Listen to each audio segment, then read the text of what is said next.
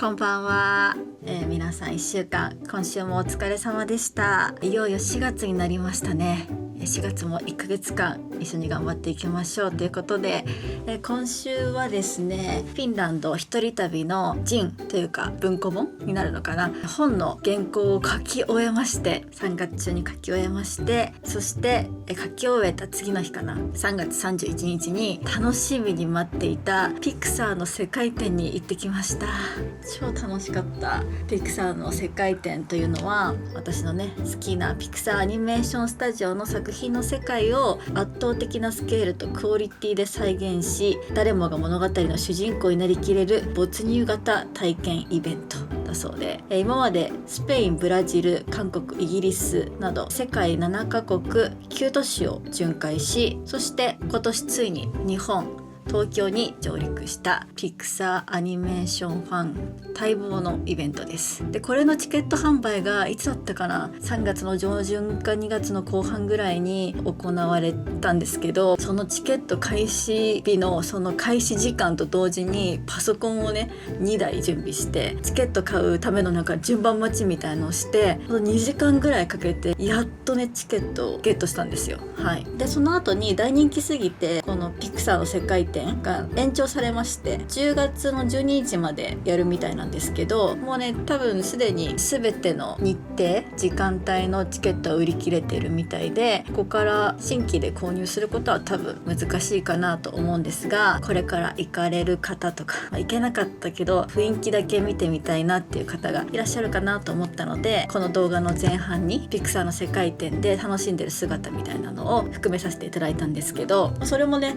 SNS でシェアして OK ですっていう案内が会場の中でされていて、YouTube も大丈夫なんですかっていうことを聞いたら OK ですということだったので、ちょっとだけ載せさせていただきました。で私が一番皆さんに見せたいのは、ピクサーの世界展の中で楽しんでる姿というよりも、ピクサーの世界展で何を買ってきたのかということです。私のお得意の購入品紹介をさせていただきたいと思います。はい、ムンドピクサーということで、ピクサーの世界展で購入してきたものです。ちなみになんですけど、ピクサーの世界展チケット持ってないと、そういうフォトスポットみたいなブースには入れないんですけど、このグッズショップはチケットない方でも入れるんですよ。なのでチケットが買えなかったという方も雰囲気だけ楽しみに豊洲の方に行って、グッズだけ買って帰るということは可能になります。まずはですねこちらです。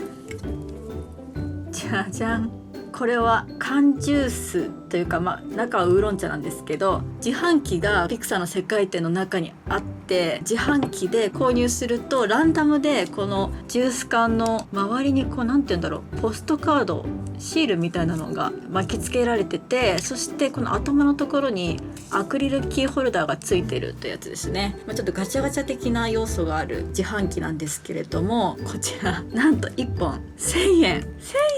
ウーロン茶ですよこれ。でなんで2個持ってるかというと、私は、マイエレメントかインサイドヘッドかレミーかニモが欲しかったんですね。で1回目引いたらこちらリメンバーミーが出てきたんですよ。リメンバーミーも好きなんだけど、ちょっと自分の好きなものを当てたいと思って、もう1回だけやろうと思ってもう1回やったらマイエレメントが出たってことですこれで2000円になります。総額。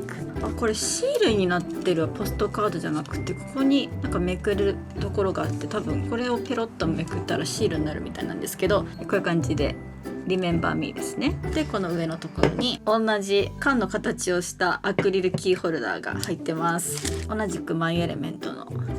ウェイドとアンバー、そしてマイエレメントのアクリルキーホルダーですね。はい、こういう感じでジュース、シール、アクリルキーホルダーがついたセット、こちらで1000円です。すごい、1000円の缶ジュース買ったの初めてかも。でもやっぱこういう会場限定アイテムみたいな、しかもガチャ要素があるものって欲しくなっちゃいますよね。すっごい並んでたし、やっぱ自販機でこれが並んでるのを見るとね、もう可愛くてねやりたくなっちゃうんですよ。次こちらです。これもねピクサーの世界展限定のグッズです。ホワイトラングド社ですね。そう、お菓子も売ってるんです。ピクサーの世界展グッズショップあって、結構割と広めなんですけど、限定のグッズっていうのはすごく少なくって、さっきの缶ジュースだったりとか、あとはこういうお菓子が2種類ぐらいかな。マシュマロとラングド社、あと T シャツっていう感じで、限定グッズがね少なめなので、とりあえずお菓子は1個買っとこうというノリでみんな買ってましたね。はい、こちら開けると、見てかわいい。まずこの蓋のところにピクサーボールがいて、見えるかな。ラングドシャのこのクッキーの表面に一枚一枚いろんなキャラのプリントがされてます。かわいい。悲しみとか、これかわいい。レミ、私の好きなニモとカーズ、いろんな作品のキャラの詰め合わせっていう感じで、美味しそう。1個食べてみます。美味しい。1000円のウーロン茶も飲んでみようかな。美味しい。そういう感じで、こちらラングドシャも買いました。これもピクサーの世界展限定グッズですね。ニモの T シャツです。ニモとドリー書いて、下にムンドピクサーって書いてありますね。サイズは M と L があって M サイズを買いました。部屋着とかにしようと思います、夏の。あとここから先ご紹介するのは、多分ねピクサーの世界展だけじゃなくっても、なんか検索とかしたら買える商品みたいです。まずはこちら、じゃじゃん、パズル買いました。ピクサーの歴代の作品、そしてその作品に出てくる主要キャラ、ここずらーっと並んでて、キャラの下に名前がね書いてある、ちょっと図鑑になってる感じのパズルですね。これ1000ピースなんですけど、こちら買いました。このパズルは、この動画の後半で彼と一緒にラジオをしながら組み立ててるので、ぜひそれをご覧ください。あとはタオルがね可愛いものたくさん売ってたので、いっぱい買っちゃいました。まずね、豆タオルっていうのかな、小さなタオル、モンスターズインクの豆タオル、めっちゃ可愛くないですか？同じサイズでルクソージュニアとピクサーボールの柄の豆タオルも売ってたので、これも買っちゃいました。あとはのんちゃんと見つけて大興奮したのがこれもやばくないですか？ルクソージュニアとピクサーボールの柄なんですけど、なんていうかちょっとフェイラー味があるんですよ。フェイラーのハンカチっぽい感じの質感と作りになってて、この質感のタオルって本当に使いやすいじゃないですか。可愛いのに使いやすそうすぎると思って、こちら1枚2200円したんですけど、ストックで買っておこうと思ってもう1枚買いました。あと最後こちら、これなんだかわかります？トイストーリーのシドの着てる T シャツの柄のタオルです。これめっちゃ可愛くないですか？黒地にシドのね骸骨のマーク、そして下に黄緑のラインが入ってて、このね配色もすごく好きだし、あとこの下にタグが入ってるんですけど、前面にトイストーリーって入ってて、後ろが可愛いので、これが彼の事務用のタオルにちょうどいいんじゃないかと思って、彼にねプレゼントしようと思って買いました。でそんな感じでピクサーの世界展で購入したものは以上です。これからピクサーの世界展に行かれる方のお土産探しの何か参考になればいいなと思いますし、チケットがない方でもグッズショップは入ることができるので、特にねこのイベント限定のグッズ可愛いなと思ったら遊びに行くのもねすごく楽しいと思います。会場に行くだけでなんかワクワクして楽しめる、そんなイベントでした。このラングドシャをつまみながらウーロン茶を飲んで寝たいと思います。おやすみなさい。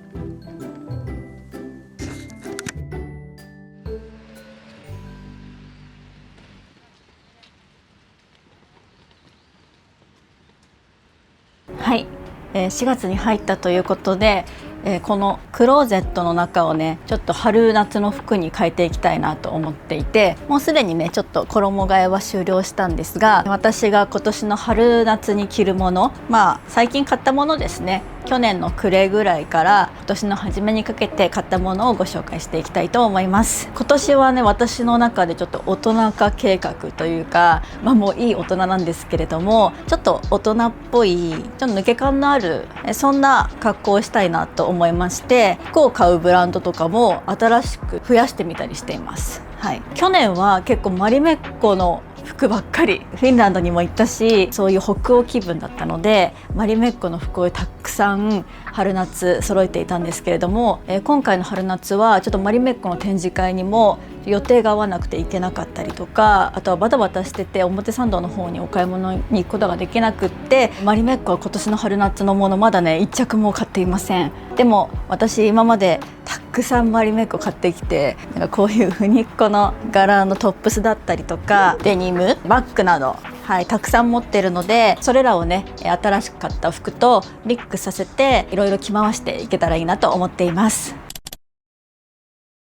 はい、それでは私が今年の春夏に着るものをご紹介していきたいと思います。まずはですね、去年からちょっとハマり始めている要ビオトープで買ったアイテムがいくつかあるのでご紹介していきたいなと思います。そこにね、なんかちょっとアンニュイな感じの女性らしいラインのお洋服がねたくさんあって、最近ねちょこちょこ買ってるんですけれども、まずこちら、これ去年買ったものなんですけれども、要ビオトープとオーストラリアのブランドクリスティーナ・シーワールドがコラボしたニットですね。これを着てるとね、YouTube でどこのブランドのものなんですかってコメントをね結構たくさんいただけるんですけれども、これすっごく可愛いですよね。この丈感とこの首元の開き具合と体にフィットはしつつなんかゆるさも感じられる絶妙なニット。このねちょっと透けてるのも可愛いですよね。春になったら暖かくなってこれ1枚で外に出かけられるので、こっからね春先たくさん活躍してくれそうなアイテムです。はい、これもねすごく可愛いんですよ。さっきのね白のニットとなんかほぼ同じ作りというか、丈感とかねこの辺のデザインは結構似てるんですけれども、素材が変わるだけでまた印象が変わるというか、こういう感じの本当に薄手のニットなんですけれども、着心地もすごく良くて、なんか抜け感もありつつ大人っぽさもあるっていうか、女性らしさを感じられるシルエットが本当にね要ビオトープはうまいというか可愛いんですよ。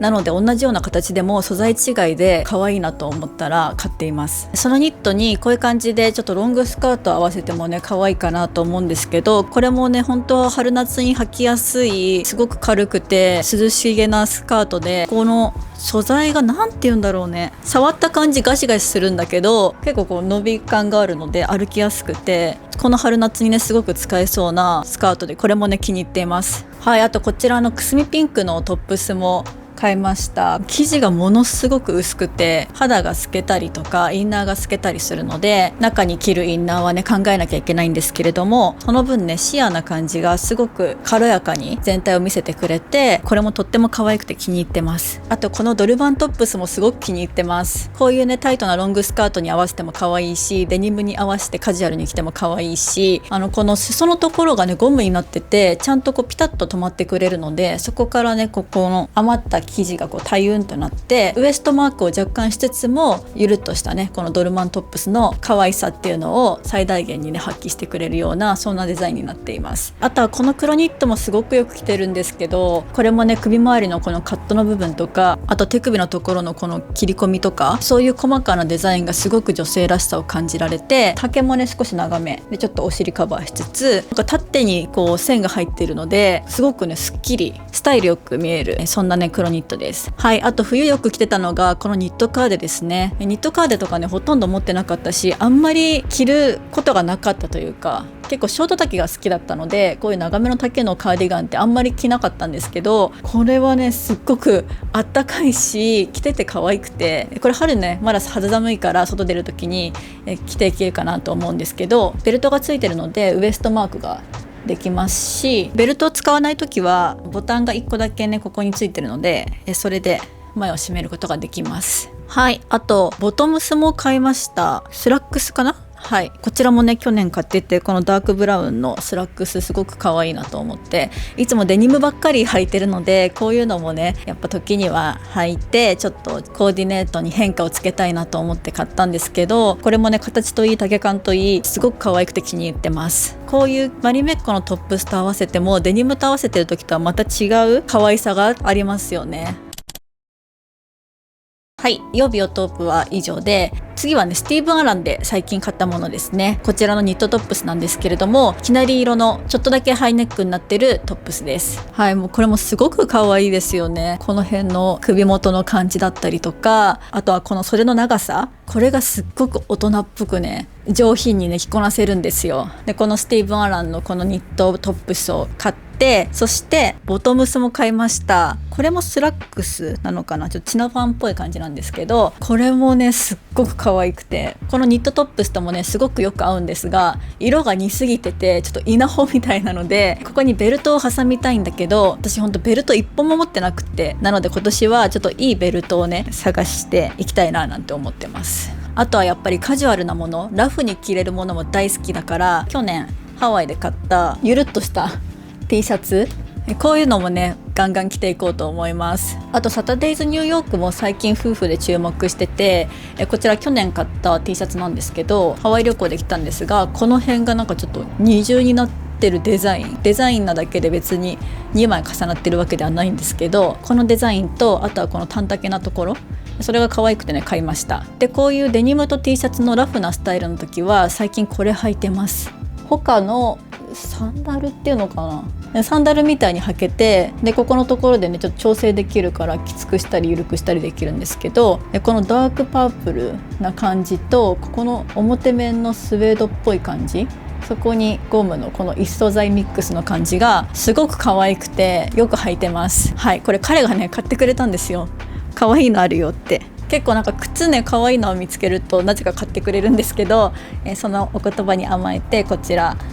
めっちゃ履きやすい他のサンダル、この春夏めっちゃこれ履こうと思っています。あとはこのキスのピクサーコラボの T シャツもガンガン日常的に着ちゃおうかなと思っています。ファインディングにもコラボのもので Just Us って書かれてあって、ニモと仲間たちがねプリントされてるんですけど、やっぱキスコラボだからかねおしゃれで、こういうキャラものの T シャツも全然日常で着れそうな感じなので、こういう格好もねしていきたいと思います。あとはパサンドバイ抜きテパでも春夏用にお洋服買ってます。まずこちらピンクのワンピースですね。この形のワンピースパサンドバイ抜きテパでたくさん持ってるんですけど、このピンク地に緑と赤と白のボーダー、この配色が可愛すぎて今年もまた買っちゃいました。もう私の好きなカラー詰め合わせましたみたいな感じで、ピンクなんだけど緑が入ってることによってちょっと締まりが出て大人っぽく着れるワンピースかなと思います。はい、あとはこちら黒のねすごく大人っぽいワンピース、こちらも買いました。袖にねギャザーが入ってて、ここが V で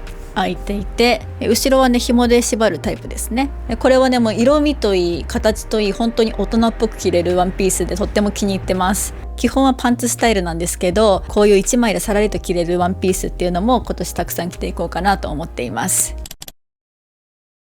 あとはバッグですね。バッグも今年いろいろ使っていこうかなと思うんですけど、基本的に自分のブランドのものをねよく持ってるので、この今販売してるキンクヌンクのトートバッグ、こちらパープルのものはこれからの春夏にぴったりなねカラーかなと思いますし、あと茶色もね使いやすくてね相当使ってます。はい、もうクタクタになってきちゃった。こういう感じでちょっとスポンジボブのキャラクターのキーホルダーつけちゃったりとかしてるし、あとはこのねスウェードバッグ、このスウェードバッグも年中使えるんですけど、春夏のこの T シャツとかに合わせると本当に可愛いので最近ね出番が多いですね。これも今年たくさん使うと思います。これ本当物いっぱい入るんですよ。買ってくれた方ぜひたくさん今年も使ってください。あとはマリメッコで最近めちゃめちゃよく使ってるのがこのナイロンの小さなバッグなんですけど、これをねたすき掛けして外をお散歩してます。このポーチぐらいの大きさが結構ねちょうどよくって、このサイズのねマリメッコのナイロンのバッグおすすめです。はい、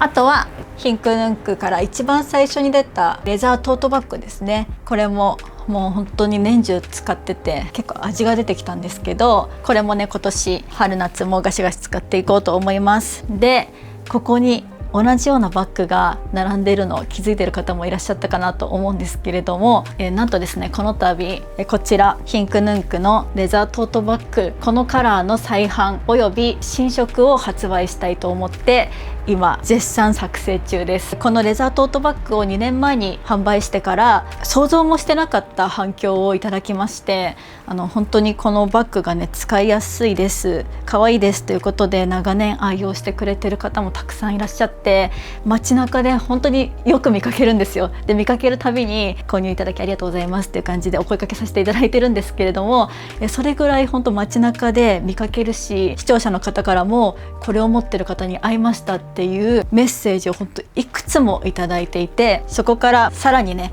新しい視聴者の方が増えて、このバッグを買い逃した方がこれを再販してほしいと言ってくださる、そんなお声もねたくさんいただきました。ですがこれを発売する時に再販しませんって言ったんですよ。それはキンクヌンクからバッグを発売するのは初めてだったので、どれぐらい正直売れるかわからなかったですし、その後また同じ革でバッグがね作れるかどうかもわからなかったので、その時はねもう本当に再販する気は全くなく、再販しませんということでご案内させていただいたんですけれども、そこから数年経ちこのバッグのね再販に対するいうリクエストも本当にたくさんいただきまして、でかつ持ってる方もやっぱり毎日毎日使っているので、修理をね私たちのブランドですることができないので、壊したくなくってあんまりたくさん使えずにいますっていうねお声もいただいた時に、頑くなに再販しないっていうのはもうちょっと変なんじゃないかと。でそこから、このバッグをね作ってくださる製作所の方にも同じバッグ作れますよと言っていただいたので、本当に熟考の末再販することにしました。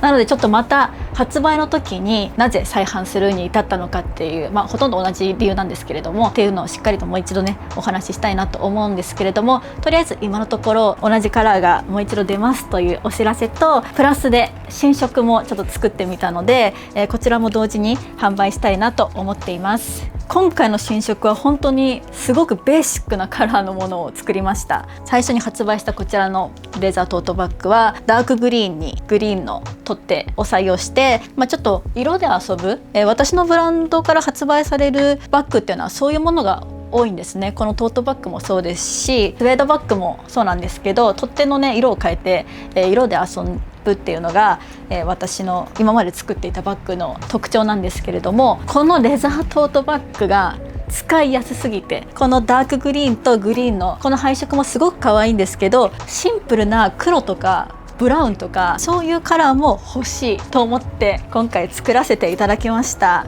本当に黒ブラック一色と、これはねプラスで作ったものなんですけど可愛すぎて、こちらのダークブラウンも販売したいなと思っています。でちょっとこれサンプルなので、この辺のちょっと取っ手の仕様のデザインだったりとかっていうのはこれから変わっていくんですけど、なんとなく雰囲気で、発売の時期はねまだ未定なんですが、今年中に発売されるので購入するか否かのちょっとね参考になればいいなと思って、サンプルの時点からお見せしていきたいと思うんですけど、まずブラックですね。いやもう間違いないでしょうというカラーです。お仕事、プライベート、もうどんな服装にも基本的には合うかなと思います。ほとんど仕様は同じです。軽さ、大きさもほぼ同じです。で裏地なんですけど、見えるかな、こちらロイヤルブルーを採用してます。こういう感じですね。ちょっと見えにくいんですけど、ちょっとね色を入れてみました。この緑のね方を持ってる方も、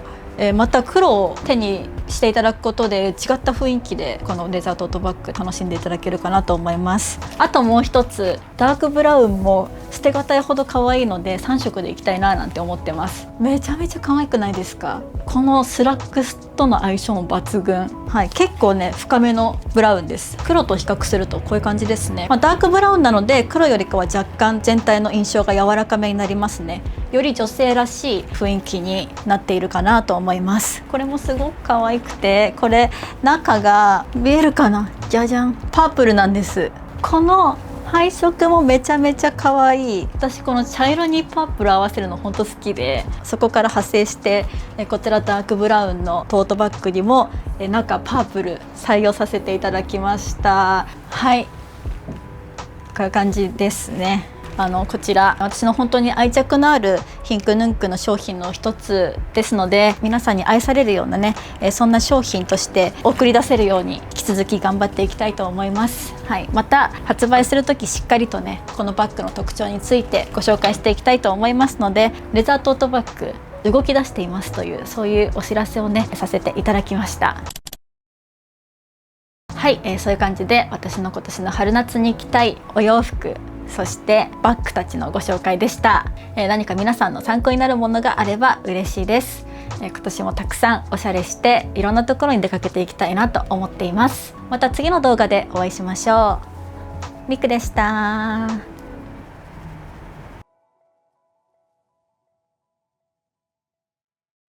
始まりました。最近のラジオ第61回。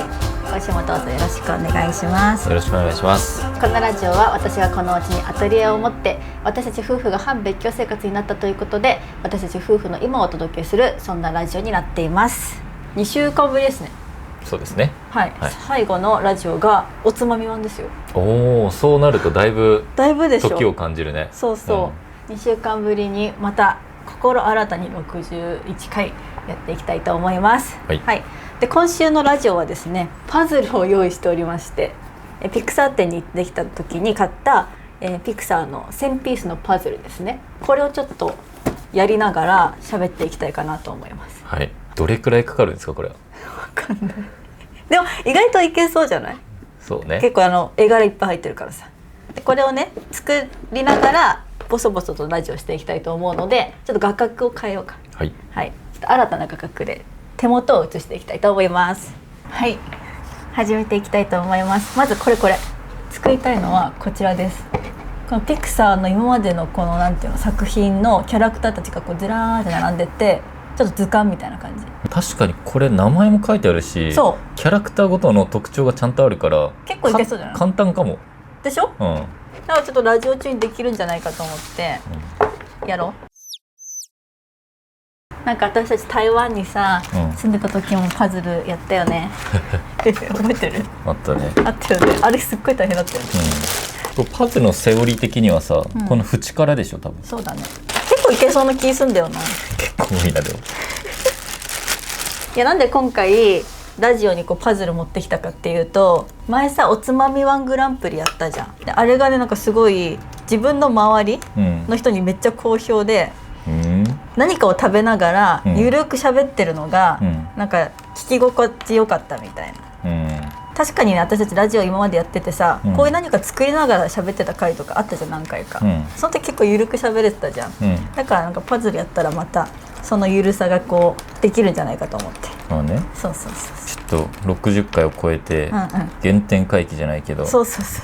もそもさお便りなんてなかったからね。そう最近はさはいっていう感じでさ、なんかちょっとごっこが行き過ぎてるよね。そう硬くなりすぎてたから、これ本来ごっこだっていうことを忘れずにねいきたいと思ってパズルをやってみてるんだけど、もうそれ60回でさ次70回、じゃあ100回がさ若干さなんだ見え始めてきちゃってるじゃん。このままいくとどれぐらいで100回いくと思う？年間でだいたいね40回とか行くんだよね。年間50何週じゃん。でそのうち週に1本動画出すと言ったら年間50本ちょっと出ると。でその中でラジオが何本あるか、旅行ったりするとなくなったりするから、だからまあ40回分ぐらい進んだよね。だから多分ちょうど1年後ぐらいに100回が来るんだと思うよね。あ、そういうことね。そう結構じゃ意外とすぐなんだよね。そうだから最近はさラジオのその記念節目のところに出てくれるゲスト探しに必死だよ。だいぶさ手札なくなってきてるでしょ。もう結構ないよ。もうほぼない。今まで誰が出てくれた？今まではのんちゃん、あとはクララさん、あときこちゃん、愛ちゃん。これ意外とこれ。意外とそれだけ？そう。忘れてる人いない？いないよね多分。30、40、50。あ、そうだね。だから4人か。もう手札カツカツなのね。でもそのね結構友達ラジオにね出てもらうとその子の知らなかった部分っていうのをね改めて知ることができてさ、前回も愛ちゃん呼んだ時に、愛ちゃんって結構動画に登場してるからさ、みんなも結構どんな人なのかなってわかるじゃん。だけどいい意味で印象が変わりましたみたいなさ。あったね。もっとゆるふわなのかと思っていた。しっかり死後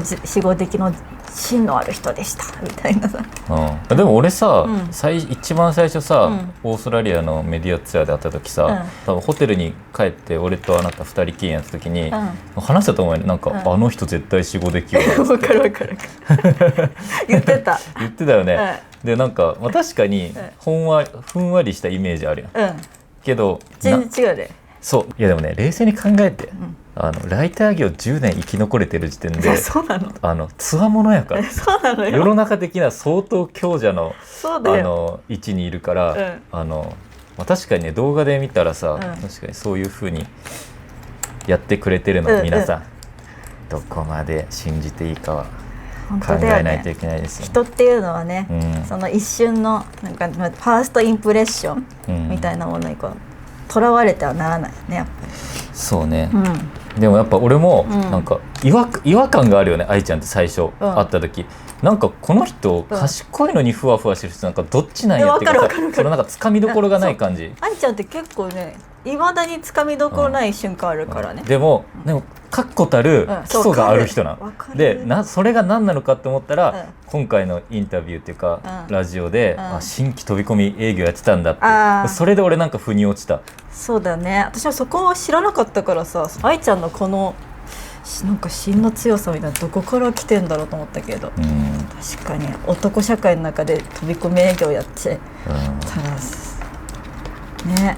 だからなんかそういうのが確かに知れるのはすごいよね。そうすごいのよ、ラジオのこの良さというか。だってのんちゃんもあのラジオ聞いた後に愛ちゃんそんなこともやってるそう、ね、友達って意外と、なんだろう、そんなに過去の話とかしないじゃん。まあまあそうね、真剣にね、するときはするけどさ、なんかその場の楽しいが一番優先になるでしょ。まあ、だから改めてなんかのんちゃんを呼んでのんちゃんのね、昔の話とかを聞くのもいいかなと思ってね。どうせまたディズニーの話するだけでしょそうだから最近はちょっとねゲスト探しの旅というか、そうね、そう結局誰が出てもね面白いんだよ、そうね、そうまずは続くかどうかやね。そうだから続けれるようにこうやってゆるい回というか、なんかダラダラ喋る回っていうのもやっていかないとねいけないなと思う。ずっと毎回なんかかしこまったことばっか喋ってるつまらなくなっちゃうからね。前振り長いね。だからそういう回ね。そういう回。この2週間の近況は、とりあえずさ、ビッグニュース、私の中では本当にフィンランド人が書き切りましたという。書き切ったってなんか出来上がったみたいな言い方するけどまだ原稿が出来上がっただけですよね。いいじゃん、言った私の中でもう書き切ったのよ。でこれを3月31日までにやったことで、もう4月からなんか私のこの運気が変わってる気がしてならないまあよく書いたよね。結局、10万字？もうほぼ10万字ですよ。でもまださ後書き書いたりするでしょ。するから、確かに。あんた顔めちゃめちゃ映ってる。記憶の新鮮さみたいなのはちゃんとあったの？残ってたの？残ってたよ。言うてもうさ、去年の7月行ってるんだっけ、時間はちょっと経っちゃってるわけやん。全然残ってるね。だからさ、人と旅してると喋りながら移動したりとかさ、喋りながらなんか見たりとかするじゃん。一人だとなんかないわけ。だから結構その場の空気感とかその場の景色とかをしみじみ見るのね。だからね、すっごい他の旅とは違う記憶のなんていう鮮明度っていうか、そうだから今年夏にねフィンランドに行く方とかいたら、ぜひ読んでもらいたいなと思って頑張ってね、ちょっとこれから編集していくんですけれども、フィンランド行かなくてもちょっと面白いのかもしれないんじゃないかなとかどうなんだろうね。今回はその、文章だけじゃなくて写真もあるし、イラストもあるし、ちょっとねライトに読める、私の1冊目の本はさ、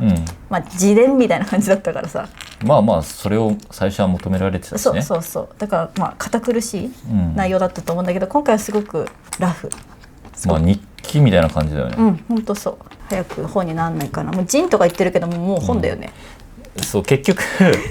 なんかジンっていうのが、ジンって何ですかって言われた。そういえばいろいろ調べていくと、なんかそもそもアメリカだっけ、とかの若い子の間で流行った、自分たちでその冊子を作ってそれをなんか友達の間で交換するみたいな、なんかそういう文化なんだよね。だからそもそも売り物じゃなくて、そういうなんか旅の記念とか自分が撮った写真とかをなんか友達にシェアするっていう意味で家でプリントアウトしたものとかを配るみたいな、コラージュしたりとか、だったらしいんですけど、それがだんだんアメリカとかでも、駆け出しのカメラマンとかがプリントして出したりとか、なんかそういう文化になって、最近日本でもさ結構そうね、ジン専用の店とかあるよね。そうだんだんちょっと商業的になりつつあって、最初はね、もう家のプリンターで印刷したりとかさ、そのちょっと街の印刷屋さんでちょっとやってもらってみたいなイメージでいたけど、それじゃ収まらんと。本当そう。結局これはもう文庫本じゃんってなって本当それで結局文庫本の見積もりを始めてるんだよね、だからもう文庫本です。そうなんです文庫本です、自費出版と呼ばれるものなんですかかな。でいっぱい俺喋って大丈夫？いいよ、あなたが編集者なんで。そう僕がね編集を進めてるわけなんですけど、私が文章を書いて編集してくれる。なんかいろいろ見積もりを取っていく中でさ、普通の本屋さんに並んでる文庫本ってさ、500円とかさ、700円とか、じゃん？いやそうだね、ちっちゃい文庫本ってそう600円ぐらいってイメージかな。でしょ、だからなんかてっきりさそれくらいで印刷できるもんだと思ってたわけ、できないんだねあれは冷静に考えればそうだよ。まあね、超大量に印刷を請け負ってる多分お抱えのあれはなんていうのあれがあるんだろうけどさ、普通に印刷の見積もり出すと、その5、600円以上印刷代かかるみたいな。だからなるほどと、この自費出版の壁っていうのはちゃんと至る所にあるなと思いながら進めてますね。まあでもやってみたいというね、そうまあ一回ほら出版社の方と一緒にやってみたこともあるけど、今回は自分たちでやってみたい、そう思ってやってるから、どうなることやら、まあそんなありえない値段化にはならないとは思うんですけれども、ぜひ楽しみに待っていただけると。本当はフルカラーにしたかったんだけどね。そう、それができるかまだ見積もりが、でしょ。だから、まあ、できたらいいなとは思ってますけど、結構可愛いよ。紅葉鳥風の私がフィンランドの中をこう駆け巡っているイラスト、自分の中で可愛いなと思ってるんだけど、こんな感じかな。だからもう本当にこれがねできたことによってものが絶対私の中の何かが、ね、動き出したみたいな、その今年の初めの方ってさ、なんか体調も悪かったしさ、なんか年末からの風邪ひいてて、なんかちょっとあんまついてないなみたいなこと多かったんだけどさ、一気に元気になってきた。一気にもうめっちゃめちゃいつもの私来たよって感じのテンション感で、しかも今年はなんかそういうパワースポット的な場所にも行けるかもしれないから今後。ちょっとまだ言えないんですけど、いやもうそれバレるくないもうパワー浴びまくって、やっぱ今年はほら私銀のインディアン座は12年に一度の大根期っていうのをなんか見ましたんで、ちょっともうやっちゃるぜっていう感じの新年度迎えてますけど、どうですかあなたは？そうね、なんか、もう元気やね。元気っていうか、てかやっぱね、ちゃんと毎朝、ちゃんと起きてさ、ジム行ってさ、帰ってきて一日が始まるわけ、もうなんかそれが全然苦じゃないっていうか、なんかもう早くジム行きたいわけ俺起きたらすごいね、いつの間にかいなくなってるもんね。そうだからね、それが本当気持ちいいし、やっぱ朝の時間帯行くと、毎回同じメンバーなんて喋んないんだけどさ喋ったり、でもちゃんとあの人お前に今日も来てるなっていうさ、なんかそれがいいんだ。いいモチベにはなってるよねやっぱ。いやすごいよね。だから最近あなた寝るの早すぎて、9時ぐらいにはもう布団入って就寝しようとしだすからさ、こちらもつられて9時ぐらいに寝てるよね結構難しいねこれ。そうね、結構難しいよ。だんだん無言になっちゃう。何話したっけって今思っちゃった。これラジオ終わるまで終わんない。終わんないかなこれ。終わんない気がするね。終わんない気がするね。いけるところまで。最初から始めるところから撮っちゃうと多分枠作るだけでラジオ終わっちゃうんじゃないかなと思ったので途中からねスタートさせました。結構来てるんじゃないですか。ここまでどれくらいですか？1時間弱ぐらいはい、結構カーズがね、1、2、3みたいなあって車がめちゃめちゃ多くて、ちょっとカーズスタートがちょっと敗因ではありません今のところもうちょっと少ないパーツからやるべきでしたね。そう車から作り出しちゃったから結構ね時間かかったんですけど楽しい。これピクサー店でね買ったものです、ピクサー店限定のものではないっぽいので多分検索したら皆さんね買えると思うんですけど、久しぶりにさパズルすると熱中しちゃうよね。楽しいよね。楽しいよね。思わず無言でさやっちゃう。でこれを一旦、ここ、うわやば。こう。おお。来たすごい来てる。何の話？何の話したっけ？じゃあなんかぼちぼち、お手紙でももうね、読みますか。はい、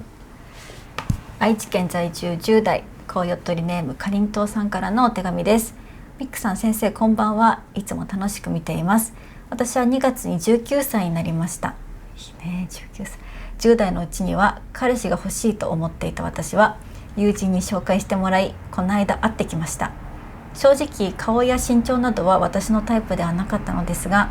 好きなものが同じだったり話してるテンポ、何より彼の誠実さに会ってみようと思ってよかったと思いました。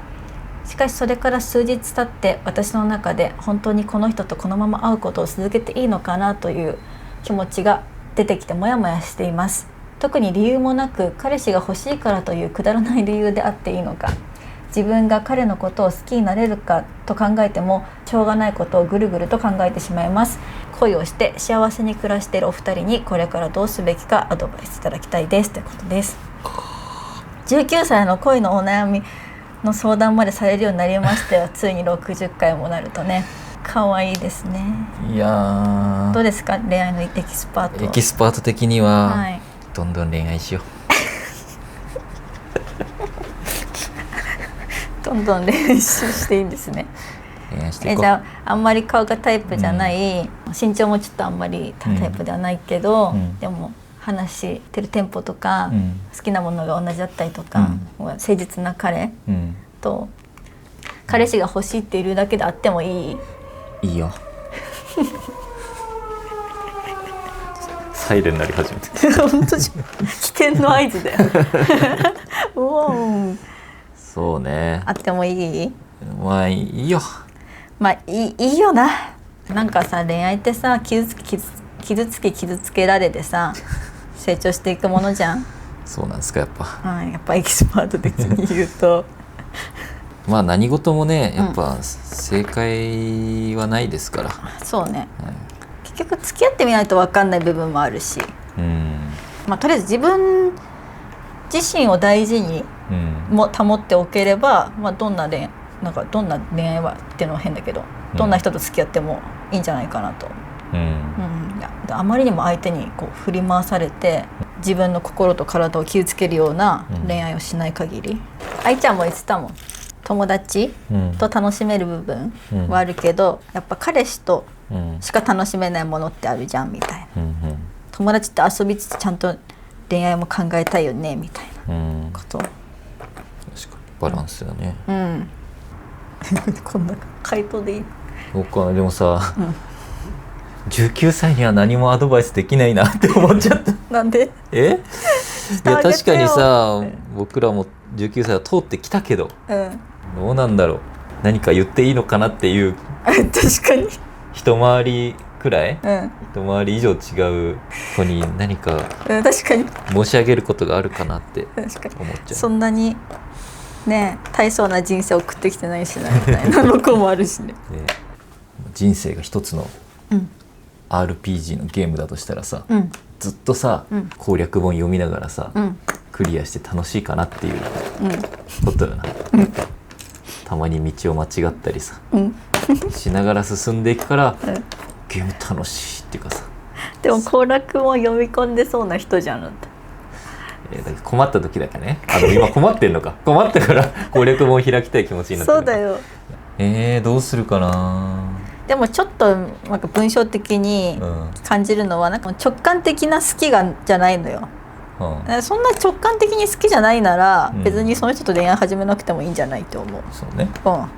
次でもいいよね、全然その理性で恋愛19歳なんだがまだしなくていいんじゃない？これさ、ここはまんじゃね全部ういあ、そうそう、パズルなんだよ恋愛もそうなんですか。そう恋愛もパズルじゃん。こうやって一緒にさ、どうなんだろうって作り上げて、こうやってハマる、それを楽しめるかどうかだよね。でもたくさんいろんな恋して、たくさん泣いて、最終的に素敵な人と巡り会えるといいですね。そうだね、はい、それしか言ってはいけない気がします。そうですね、ああしろこうしろとは言えないんですけれど、じゃあ次行こう。あ、またしても10代の方すごいね。この10代の方がさ、こんな私のさ動画見てくれてありがとうございます。埼玉県在住10代声取りネームもんなりさんからのお手紙です。初めてコメントしてみました。10代の視聴者はあんまり見かけないのですごく緊張しますが、お手紙書いてみます。ありがとうございます。私は10代といっても18歳で出産結婚を経験した19歳です。おお。周りの子たちは大学生なのでたくさん自分にお金をかけれていたり、旅行や遊びにお金と時間をかけれていてとても羨ましく思います。家で YouTube を見ることくらいしか至福の時間がないので、ミクさんの動画を毎回心待ちにしておりますし、憧れを持っています。最近将来のことを考えて、あれもやりたいこれもやりたいとやりたいことばかり増えていきます。お二人は若いうちにやっておいてよかったこと、やればよかったことなどありますか？また周りを羨ましく思った経験はありますか？質問多くてすいませんということで、今度は10代でももう結婚出産だって、人生って本当何通りもあるね、ね。なんかやっといたこといいことありますみたいな感じのお手紙なんですけど、あります？なんか別の動画で言ったことがあるかもしれないけど、やっぱ忘れないことっていうのが、最近のテーマではあるね。忘れない、つまり、いろんな要因で、人はいろんなものを忘れているんですよ。分かりやすく言うと、年始に立てた目標を、いつの間にか年末には忘れてたりとか、確かにもっと言うと、小さい時の夢とかを大人になって忘れちゃったりとか、あるね。でその忘れるっていう行為が、めちゃめちゃ納得感があって、たどり着いた答え、だとしたらいいんだけど、なんかよくさ丸くなったねとか、大人になったなってさ、自分でもさ、自分のことを言っちゃったりするじゃん、でそれはさ、すごく素晴らしいことのように語られすぎてるんじゃないかってなるほどね、思うんですよ。だからもっと大人でもギラついていいと思うし、うまくいってなくても、いや俺は、いや私はって思い続けること、でなかなかちょっとさ、あいついつまで夢見てんだよじゃないけど、昨今でいうなんか霊障をやめようみたいな、そういうこと。まあ霊障もそうだし、あんま他人からどうのこうのってことよりも、なんか自分の中で腑に落ちてるって思い込んでるところありませんかっていう。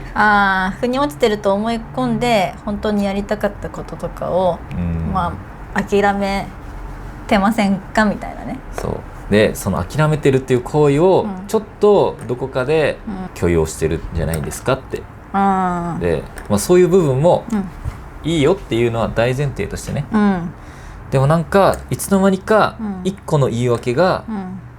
ずるずるいろんなことを諦めるなんかきっかけになっちゃうんだよね。そうなんかそんな感じが自分もあって、だから全部は無理よ、っていう気持ちもダメなのかもしれないけど全部やっちゃえばいいんだよね。全部結局できないんだから全部、だから今もんなりさんが、その子育てをしながらね、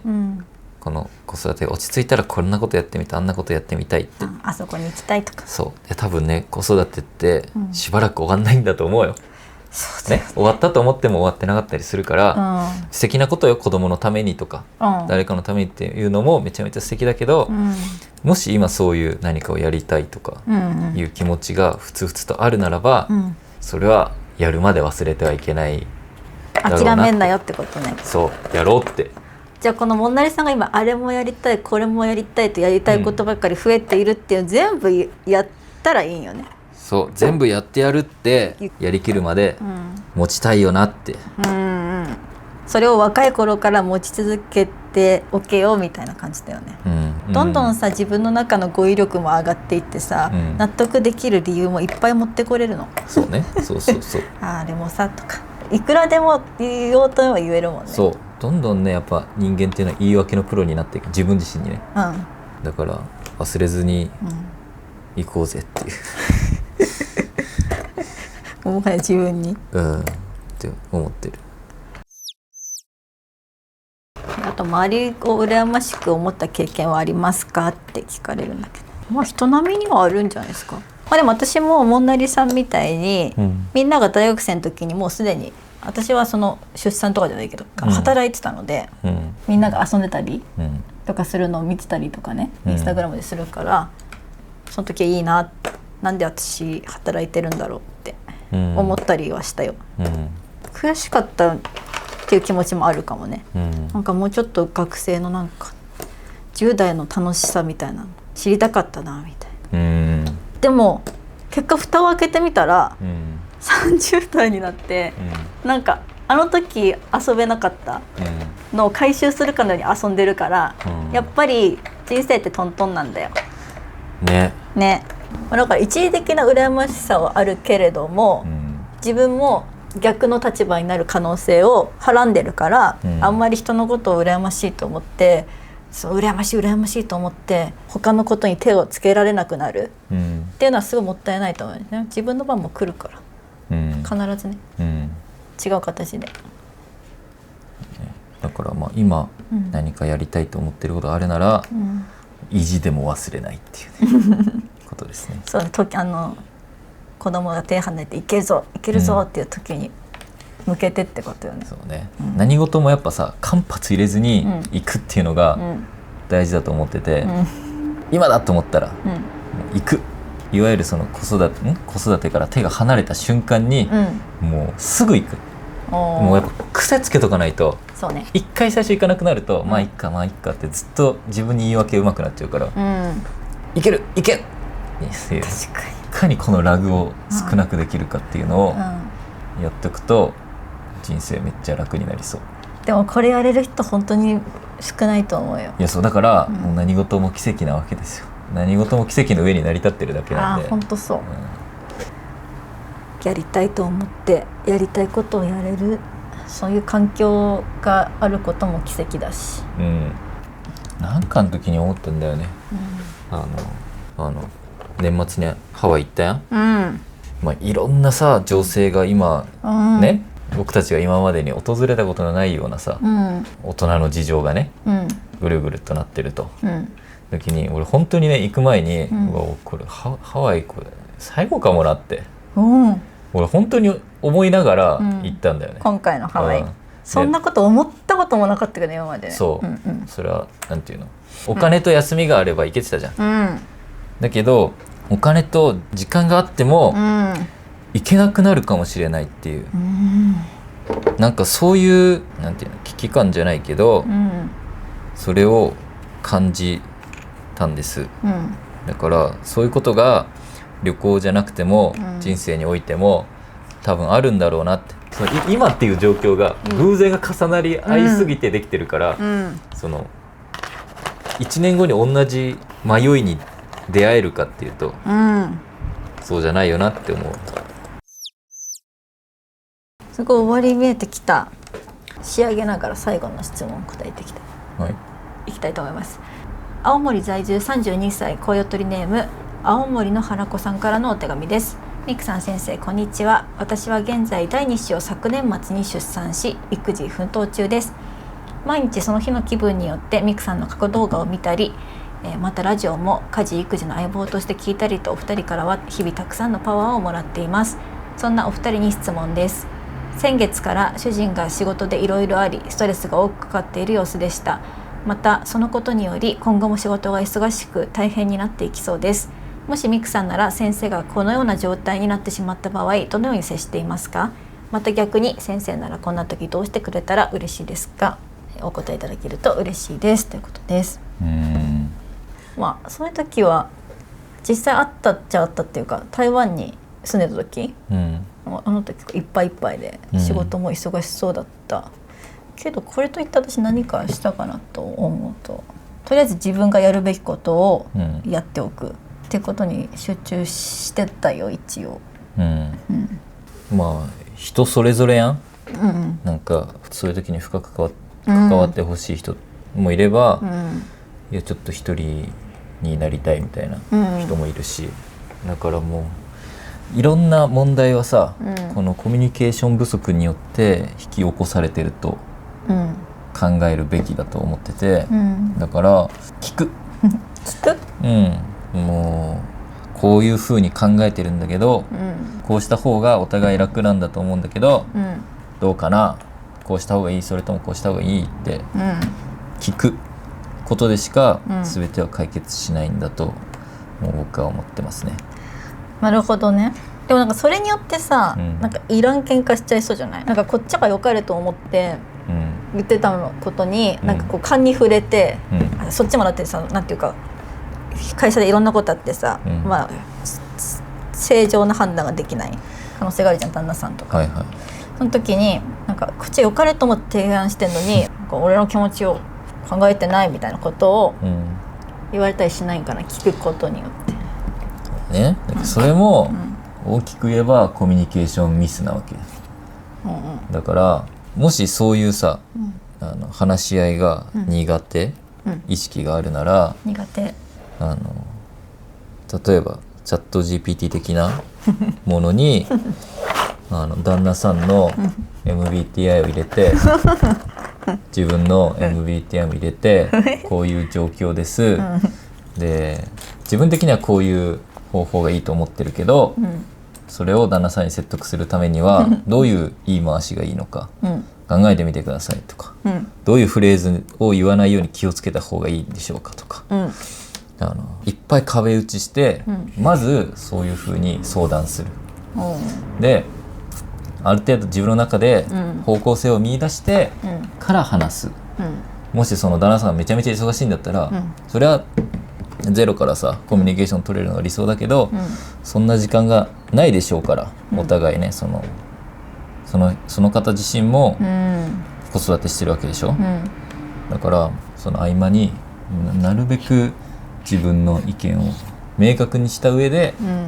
話せばいいんじゃないかなと思うけどね、短時間で。なるほどね。結局何事もコミュニケーションが不足することによって起きてる耳が痛っていうことは、やっぱ夫婦間もそうですよ、友達だってそうだし、親ともそうだし、結局コミュニケーションが不足してるから、あなたのためを思ってやったのにそんな聞いてねえしみたいなそんなことよりこれやってほしかったしみたいなことが起きる。今は便利なものがいくつかありますからね、それを駆使してどういうふうに向き合ってほしいかっていうのを考えるかな。でも偉いよね、この青森の花子さん。自分も大変なのにさ、ではどうなったらいいかなみたいな考えれて、もうそれがもうすでに思いやりだよね。そうだね、いや私も使おうでもその時に旦那さんと話した後に、いやこれ実はチャット GPT に壁打ちしてっていうのは絶対言わない方がいい。それはなんか操られた感じがするやん、自分があなたの MBTI 入れたら、うまくいったのようふふって言ったらもうはあってなるから。わかるじゃあ私だからこっそりもうね、こういう便利なものはこっそり、こっそり、そう誰にも言わない。あたかも自分が考えたかのように振る舞う、もうそれも技術ですから。でも嬉しくて言っちゃいそうね、得意げに言うでしょ、言うね、それが余計な一言になっちゃうからやっぱ結構さ、自分のメンタル次第でさ、受け取り方も違うっていうかさ、同じこと言われてるんだけどなんか違う風に受け取っちゃったりとかするじゃないですか、でそういうことをなんかなるべく減らそうと思うと、さっき言ったように自分自身もご機嫌じゃないといけないし、その相手に負担がないような喋り方ができるとまあ理想だよね、絶対視界にさ、このパーツが入る場所がさ1回は入ってるのにさ、それを認識できてないってさ、すごいね。本当、人生と一緒やな。本当だよね、答えは目の前にある、絶対にあるのにさ、なんでこんなさ見つけれないの？しかも見本もあるんだよ、人生よりイージーなのにさ、なんでこんな見つけれないの？ねえよって思っちゃうもんね、答えがねえと思うけどあるんだよな突然哲学みたいな、なんか突然ピースがはまり出すのも人生みたいだね。うおっとだんだんうざくなってくるこれはこう、これこう、それそこじゃない？これそこ？これどうに？すいません。いいですよ。じゃーん、イエーイ。出来上がりました。めっちゃ可愛いね。さあ何時間かかったでしょう。何時に始まった？10時半ぐらい。今4時半だよ。10時半ぐらいだったよね。まあ11時からとしても5時間半。やりましたはい、お疲れ様でした。楽しかったね。でも、久しぶりにパズルやってすごく楽しかったです、はい、私たちの今回のラジオは何を喋れてるのかは確かに編集した後のお楽しみですね。はい。でこういうゆるっとした回も定期的に挟んで、61回からまた新たに頑張っていきたいと思います、はい、最近土曜ラジオでは私たちへの質問相談トークテーマなど皆さんからのお手紙をどしどし募集中です。この動画のコメント欄にこよとりネームをつけてコメントをお願いいたします。それでは次の動画でお会いしましょう。バイバーイ。